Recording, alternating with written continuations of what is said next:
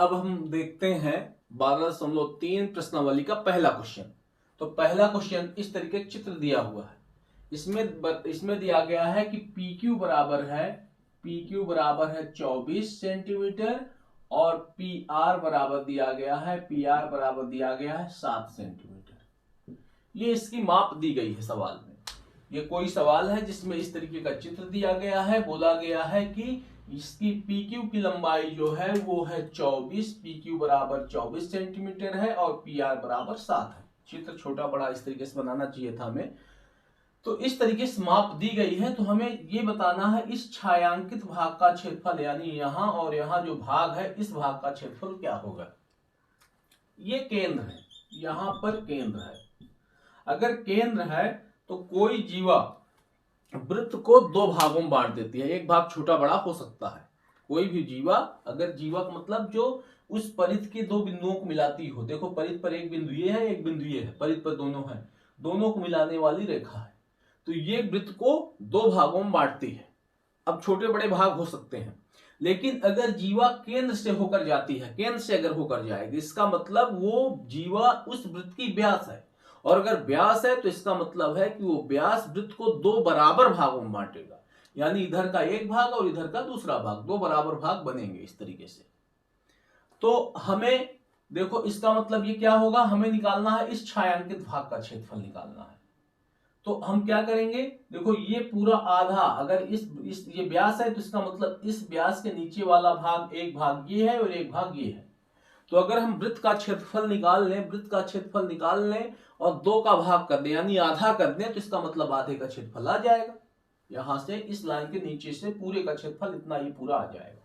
और अगर इसमें से त्रिभुज PQR इसका क्षेत्रफल इसमें से घटा दें फिर, तो हमें ये वाला बच जाएगा। तो इस तरीके से छायांकित भाग का क्षेत्रफल हमें मिल जाएगा। तो अब अगर हमें देखो अगर इस त्रिभुज का क्षेत्रफल निकालना है तो इसकी जो हमें त्रिज्या की जरूरत नहीं है।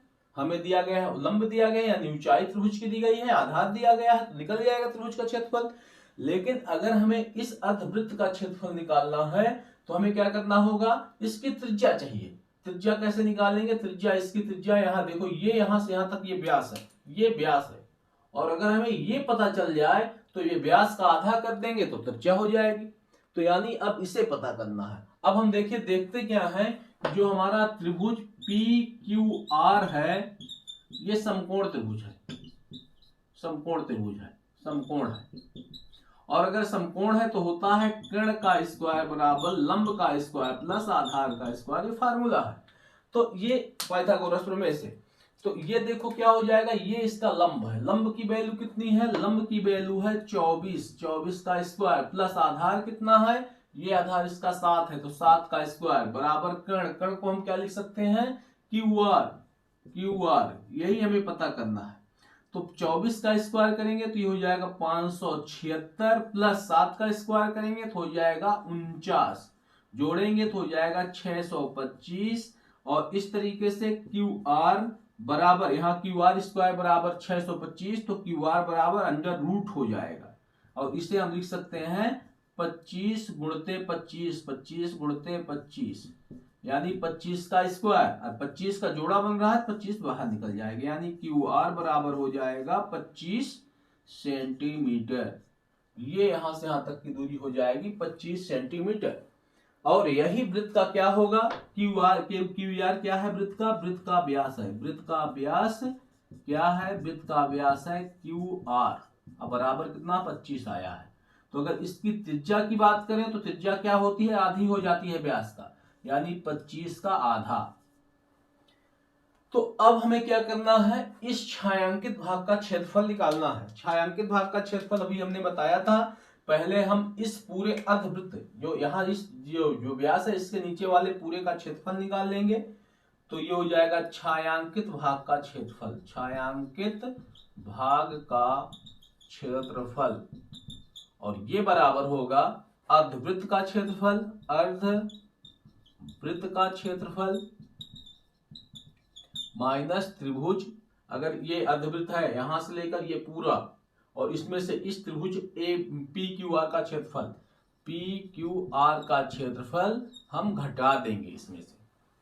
तो अर्धवृत्त का क्षेत्रफल, वृत्त का क्षेत्रफल क्या होता है, pi R square, pi R square, और अर्ध का मतलब इसका आधा, 2 का भाग कर तो आधा हो जाएगा, माइनस ये त्रिभुज का क्षेत्रफल अगर निकालना है, त्रिभुज का क्षेत्रफल होता है 1/2 आधार गुणते ऊंचाई, आधार गुणते ऊंचाई, या जब समकोण त्रिभुज होता है तो इस केस में जो ऊंचाई होती है वो लंब हो जाती है, समकोण त्रिभुज में जो ऊंचाई है वो लंब है।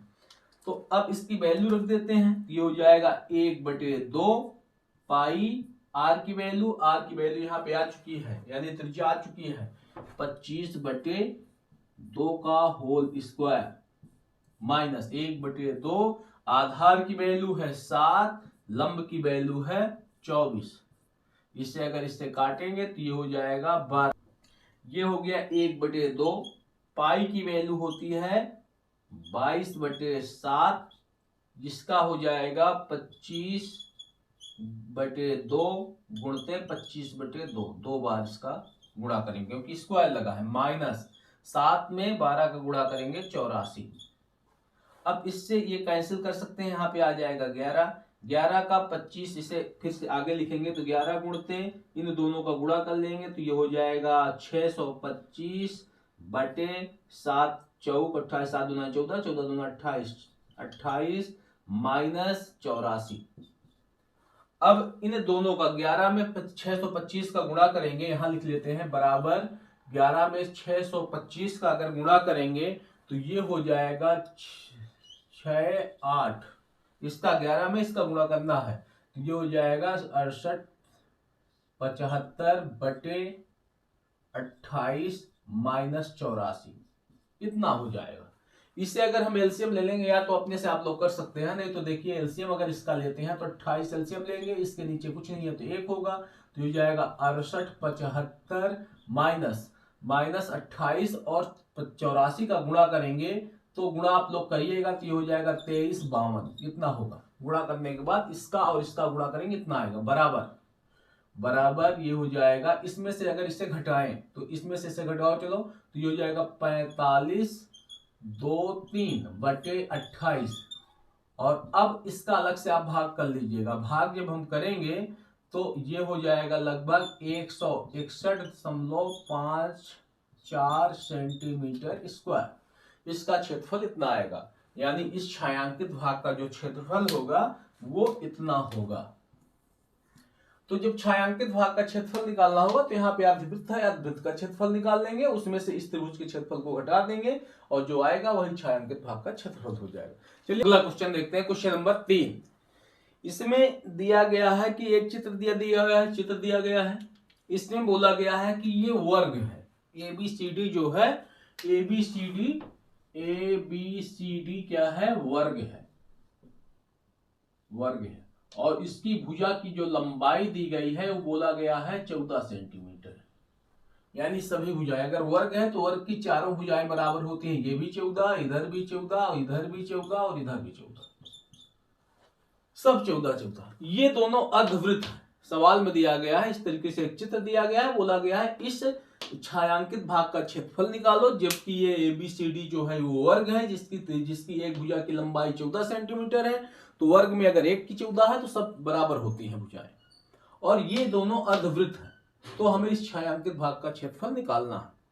तो अब करना क्या होगा, हमें अगर इस देखो हम क्या करेंगे, पहले इसका क्षेत्रफल निकाल लेंगे, पूरे वर्ग का क्षेत्रफल निकाल देंगे, और उस वर्ग के क्षेत्रफल में से ये जो क्या है, ये अर्धवृत्त है, इधर भी अर्धवृत्त है, दोनों को जोड़ेंगे तो एक पूरा वृत्त बन जाएगा। या तो ये कहें कि एक अर्धवृत्त का क्षेत्रफल निकालें और 2 का गुणा कर देंगे तो दोनों का क्षेत्रफल आ जाएगा। पहले हम पूरे का क्षेत्रफल निकालेंगे तो ये सबका क्षेत्रफल निकलेगा, पूरे का निकल जाएगा, इसमें से फिर इनके दोनों के क्षेत्रफल घटा देंगे तो ये वाला हमारे पास बच जाएगा। ठीक है, तो अब इस वर्ग का क्षेत्रफल तो निकल जाएगा क्योंकि वर्ग का क्षेत्रफल होता है भुजा का स्क्वायर, लेकिन अगर अर्धवृत्त का क्षेत्रफल इनका क्षेत्रफल निकालना है तो इसके लिए हमें क्या चाहिए, इसके लिए त्रिज्या चाहिए। अब देखो ये क्या है, इसकी ये जो भुजा है यही इसका व्यास है, अर्धवृत्त का वही व्यास हो जाएगा, और व्यास का आधा करेंगे तो इसका क्या निकल जाएगी, ये इसकी त्रिज्या हो जाएगी यहां से यहां तक, तो ये कितना हो, 14 का आधा कितना होगा, 7 होगा। यानी हम लिख सकते हैं अर्धवृत्त का का जो व्यास है वो व्यास किसके बराबर है, वर्ग की भुजा के बराबर। वर्ग की जो भुजा है वही उसका व्यास है। तो वर्ग की भुजा है कितना, 14। तो इसका व्यास कितना हो जाएगा, व्यास हो जाएगा 14 सेंटीमीटर। यानी अब अगर हम इसकी त्रिज्या निकालें तो इसकी त्रिज्या हो जाएगी 14/2, यानी हो जाएगा 7 सेंटीमीटर। इसकी त्रिज्या हो जाएगी 7 सेंटीमीटर। तो अब हम इस छायांकित भाग का क्षेत्रफल में निकालना है। छायांकित भाग का क्षेत्रफल लिख लेना, छायांकित भाग का क्षेत्रफल हम क्या करेंगे, पहले तो पूरे वर्ग का क्षेत्रफल निकाल लेंगे। पूरे वर्ग का क्षेत्रफल, वर्ग ABCD का क्षेत्रफल, पूरे वर्ग का क्षेत्रफल। इसमें से हमें क्या करना है, इस अर्धवृत्त और इस अर्धवृत्त, दोनों अर्धवृत्त का क्षेत्रफल घटा देना है, जिससे कि छायांकित भाग जो है ये बच जाए। तो ये करेंगे, दो अर्धवृत्त है तो हम दो का गुणा कर देते हैं। अर्धवृत्त का क्षेत्रफल, अर्धवृत्त का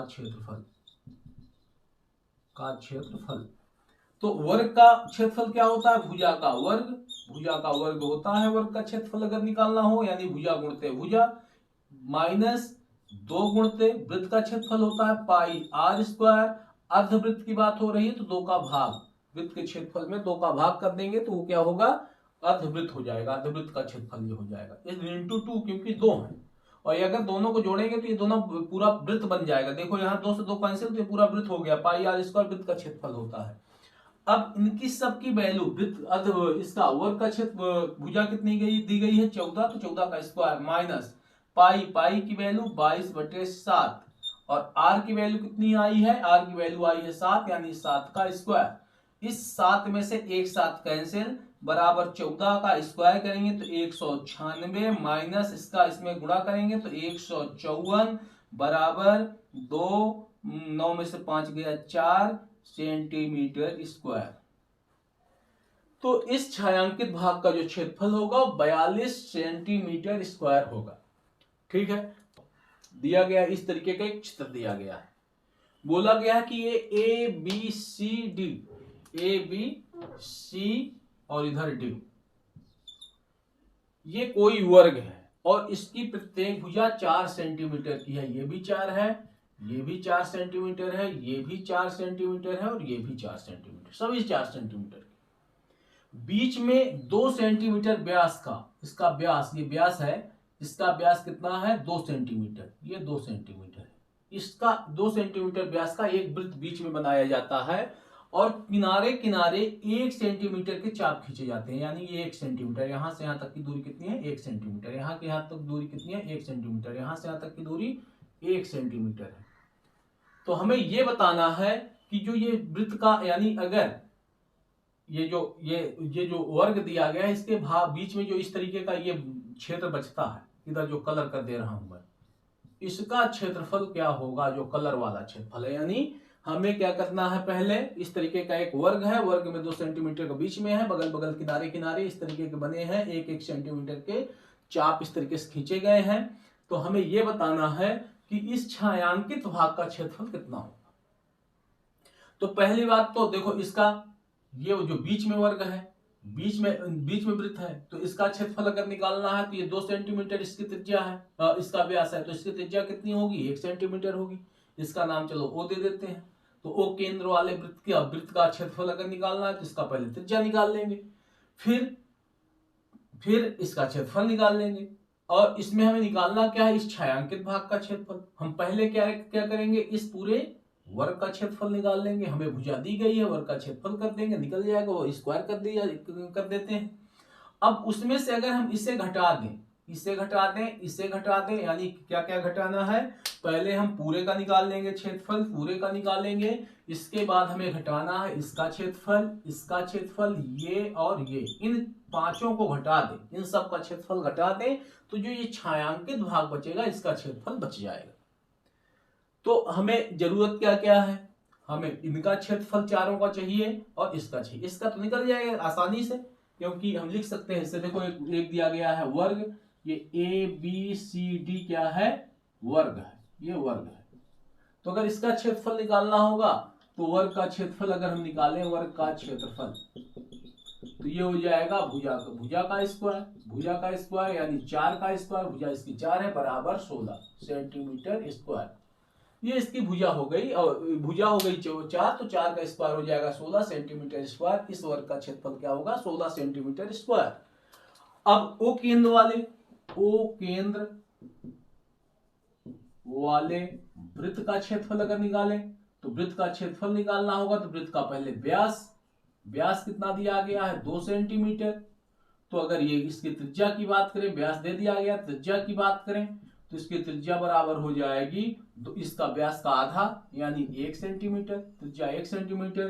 तो इसका क्षेत्रफल ओ केंद्र वाले वृत्त का क्षेत्रफल, अगर हम इसके क्षेत्रफल की बात करें तो क्षेत्रफल क्या होता? पाई आर स्क्वायर। पाई की वैल्यू 22/7, और या तो इसे हम दशमलव अगर लेना चाहें तो इसका क्षेत्रफल 3.14 गुणते आर का मान कितना है? 1 सेंटीमीटर, 1 सेंटीमीटर का स्क्वायर, यानी हो जाएगा 3 इसका क्षेत्रफल हो जाएगा 3.14 सेंटीमीटर स्क्वायर।